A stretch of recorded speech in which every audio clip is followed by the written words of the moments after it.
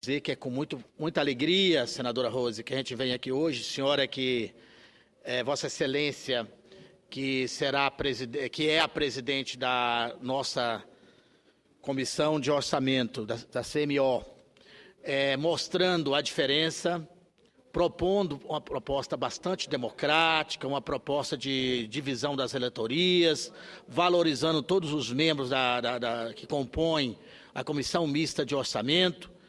Então, eu que sou membro dessa comissão, fico muito lisonjeado, muito feliz com a condução que Vossa Excelência está discutindo com todos os partidos, com todos os líderes, democraticamente, para discutirmos o orçamento do ano vindouro.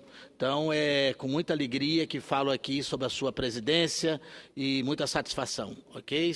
Senadora Rose, Vossa Excelência realmente é uma lição de democracia. Muito obrigada, senador.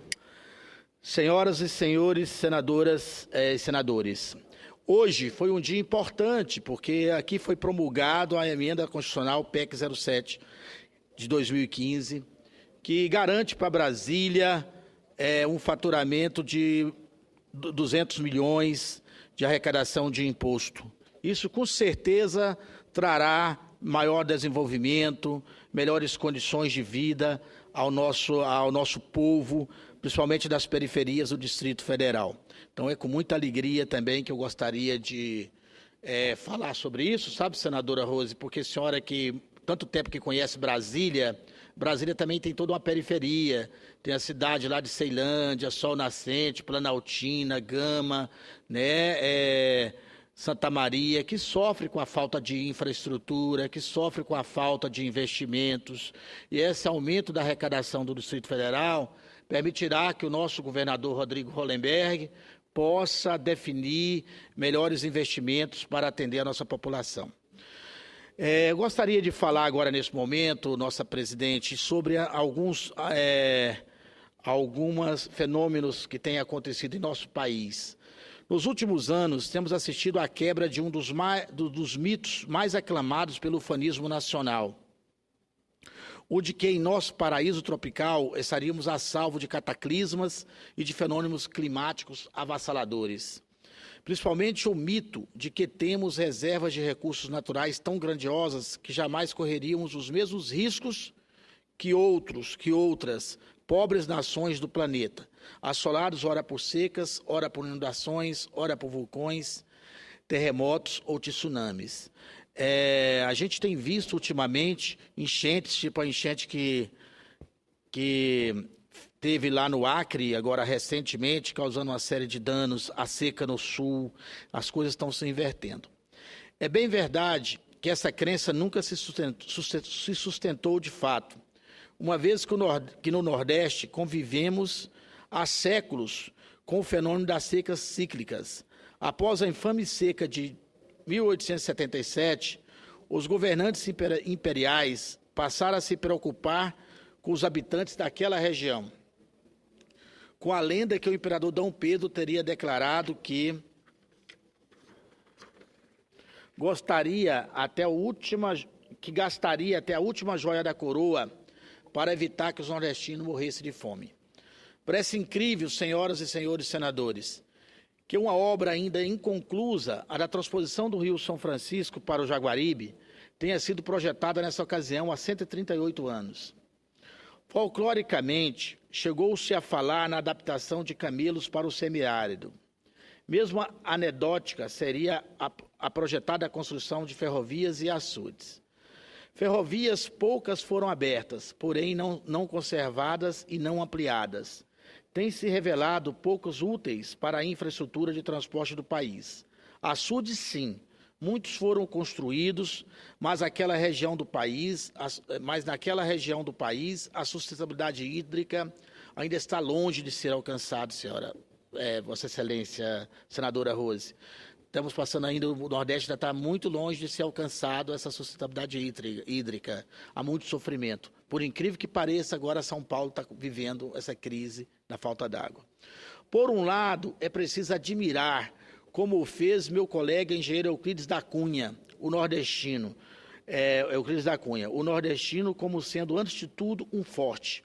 Ele tem sido capaz de mostrar ao resto do país que naquele quadrante, onde faltam chuvas, é possível conviver com as secas. Mas, por outro lado, tal bravura não anula esta verdade. O nosso Brasil tem sido inepto para se precaver contra fenômenos como esse que hoje assistimos no sudeste do país. Então, meu querido engenheiro Euclides da Cunha deixou claro, nordestino é, antes de tudo, um forte, e é mesmo. Quero homenagear a Ceilândia, a maior cidade nordestina de Brasília, né, que, com essas palavras.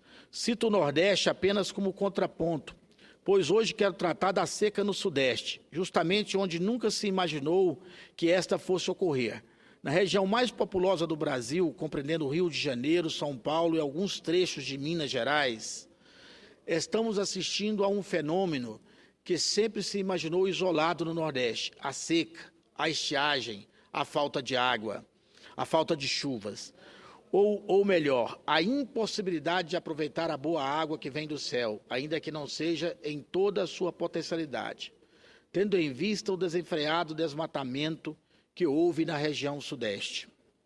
Todos sabemos o quão grandioso e importante é o sistema Cantareira, um dos maiores do mundo, e todos estamos apavorados com a sua iminente falência, o que coloca em risco a segurança hídrica de milhões de brasileiros. Constituído por um complexo de 6 barragens interligadas por um engenhoso arranjo de túneis, canais e estações de bombeamento de alta tecnologia. Esse sistema, destinado a abastecer 8,8 milhões de pessoas, corre severo risco. E a razão para essa falência é muito evidente. Por vir ocorrendo há muitos anos, a região sofreu demasiadamente com a remoção de vegetação florestal, senhora presidente. Na área da Cantareira, só tem 11% de cobertura florestal. A consequência dessa pobreza é que a água, ao bater no solo, em vez de se filtrar para alimentar represas e nascentes, escorre e evapora. Um recente estudo da Embrapa, Informática Agropecuária, e do Centro Agronegócio da Fundação Getúlio Vargas, mediu a dimensão dessa destruição. Os resultados são os seguintes. Em primeiro lugar, precisamos ter como parâmetro o Código Florestal, que determina a proteção de uma faixa de vegetação na borda de córregos e nascentes, o que é muito importante. Em segundo, devemos levar em conta que a bacia do sistema Cantareira tem 8.170 quilômetros de rios, com abrangência geográfica que atinge 12 municípios. Pois bem, senhoras e senhores senadores, ao aplicar os parâmetros do Código Florestal para o sistema Cantareira, constata-se um déficit de mais de 32 mil hectares de vegetação que estaria protegido por lei. É como se chegou a esse imenso vazio florestal, meu nobre senador Capi. A resposta é simples e tenebrosa. Toda essa devastação foi feita de forma irregular. Trata-se não apenas de uma mata ciliar, a da margem dos cursos de água, mas também inclui a vegetação do topo de morro. Esta última, igualmente, é protegida por lei, porque se destina a preservar nascentes e evitar a erosão do solo. E agora, voltemos a tudo o que não depende de São Pedro ou de Tupã, e o deus do trovão da mitologia tupi-guarani. Tratemos do esforço consciente, planejado, estruturado da ação do Estado.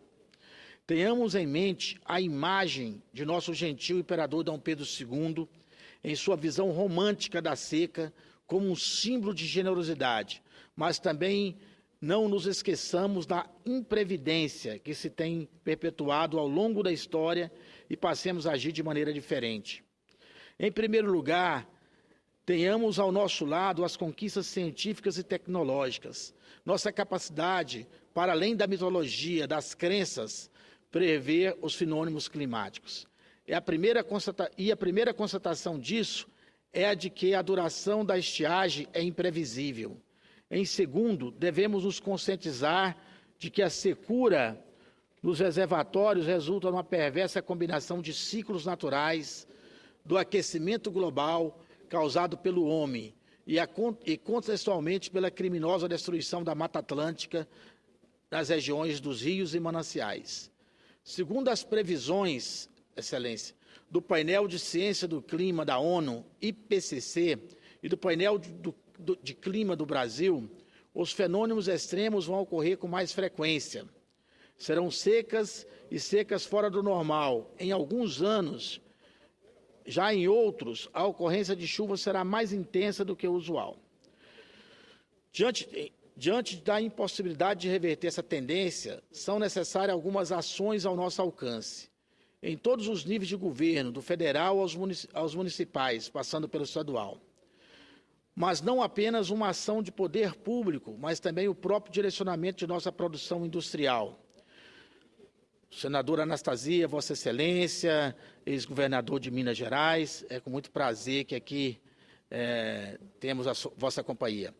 E saindo da esfera dos grandes produtores institucionais de gás carbônico, reclamar o engajamento de cada cidadão no enfrentamento desses problemas. É claro que algumas dessas medidas já foram previstas e faz parte de alguns pactos mundiais, como o Protocolo de Quioto. Uma dessas constatações é de que precisamos parar de jogar no ar os gases responsáveis pelas mudanças climáticas, para evitar o aquecimento global. Mas essa deliberação sempre remete à fábula do gato e do rato. Quem vai amarrar o chocalho no gato? Quem vai reduzir sua produção industrial? Quem vai reduzir sua frota de veículos movidos a combustíveis fósseis? E como os excessos cometidos por alguns países intensamente industrializados podem ser compensados pela previdente preservação de outros? Nesse equacionamento global, o Brasil poderia tirar vantagem, tendo em vista sua capacidade de recomposição florestal. Temos aqui no Brasil um tesouro de estoque de carbono. E o país deve negociar internacionalmente essas riquezas preservada e preservável. Do contrário, vai perder essa riqueza de maneira semelhante à entrega de nosso ouro no século XVII. Mas como tem sido tratado esse tesouro? Da maneira mais destruidora possível, senhores e senhoras senadoras. Em 1500, a Mata Atlântica englobava uma área comparável ao território de 17 estados brasileiros. De maneira contínua, estendia-se por mais de 1.300.000 quilômetros, Excelência, quadrados. Em outras palavras, ocupava cerca de 15% do território nacional, Telmário. Hoje, segundo Luciano de Bianchetti, pesquisador da Embrapa Recursos Genéticos e Biotecnologia, e a revista Agroanálises da Fundação Getúlio Vargas, restaram apenas 8% da Mata Atlântica original. E na mesma linha de devastação já foram derrubadas 48% da mata original dos cerrados e 45% da vegetação de caatinga. Precisamos fazer algumas coisas para poder conter esse avanço do desmatamento. Entretanto, precisamos ver que temos uma capacidade imensa de reduzir as emissões de carbono, ou mesmo tirar parte do excedente desse gás na atmosfera. Para tanto, precisamos preservar nossas florestas remanescentes, em primeiro lugar. Como trunfo para isso, dispomos do Código Florestal e outras políticas de meio ambiente já à nossa disposição. Uma dessas alternativas é a adoção de técnicas sustentáveis na agricultura. Instituições reconhecidas nesse campo, como a Embrapa, nos atesta que o desenvolvimento dessas técnicas pediria investimentos de algumas centenas de milhões por ano. Na esfera internacional, temos exemplo de como é possível atuar de maneira a recompor as áreas devastadas. Um exemplo muito bom é o da cidade de Nova York, nos Estados Unidos, por exemplo. Comprou-se áreas montanhosas na região dos mananciais, pagou para os fazendeiros reflorestarem e preservarem. Hoje, aquela cidade norte-americana, Nova York, obteve segurança no abastecimento de água. Mas aqui mesmo, entre nós, já temos alguns exemplos exitosos. Aqui conosco encontra o senador Anastasia. Ele sabe que o evento exitoso do município de Extrema, em Minas Gerais, tem protegido nascentes para garantir o estoque de água, o que levou a receber o prêmio da ONU de melhores práticas ambientais no planeta, com o seu programa conservador das águas. Esse programa de Extrema leva em consideração que o proprietário rural é prestador de serviços ambientais, uma vez que ele abre mão de ter lucro em áreas protegidas para garantir o bem comum, que é a água. Em uma dessas propriedades, com área de 122 hectares, o produtor recebe atualmente cerca de R$ R$ 2.300 por mês como compensação. Senhora presidente, já estou concluindo. Em outra fazenda de 90 hectares, há nascente capaz de fornecer água para abastecer 6.000 pessoas na cidade de São Paulo. O criador poderia ter 30 ou 40 cabeças de gado nas áreas reflorestadas, mas com a sua opção de preservar nascentes, abriu mão dessa criação e, em compensação, recebe R$ 1.600. O município mineiro de Extrema é apenas um exemplo do que pode vir a ser um programa de sucesso em todos os sentidos. Já dedica 7,5 mil hectares para o Programa Conservador das Águas. Adicionalmente, tem mantido o plantio de 800 mudas por dia, com o propósito de chegar a recompor 150 hectares ao ano de área reflorestada. No arranjo cooperativo do Sistema Cantareira, esse programa representa apenas 7% das nascentes de toda a região. Imagine essa experiência se ampliar para todos os municípios daquela área. Paralelamente, a iniciativa como essa é necessário, claro, realizar as obras de engenharia para garantir os reservatórios e o fluxo de água entre eles. Outra medida na área de produção de energia elétrica é a de incentivar usinas eólicas e solares, uma vez de depender tão intensamente das termoelétricas. As termoelétricas que são poluentes e que causam chuvas ácidas e que gera energia cara e que faz com que a nossa conta de luz cada vez fique mais cara, senhora presidente. Por fim, senhores e senhoras senadoras, gostaríamos de ressaltar o quanto é urgente a recomposição das florestas no sudeste do Brasil, sob pena de comprometermos não apenas o tão sofrido desenvolvimento já alcançado, mas também a sustentabilidade do nosso país. Era isso que eu tinha para dizer.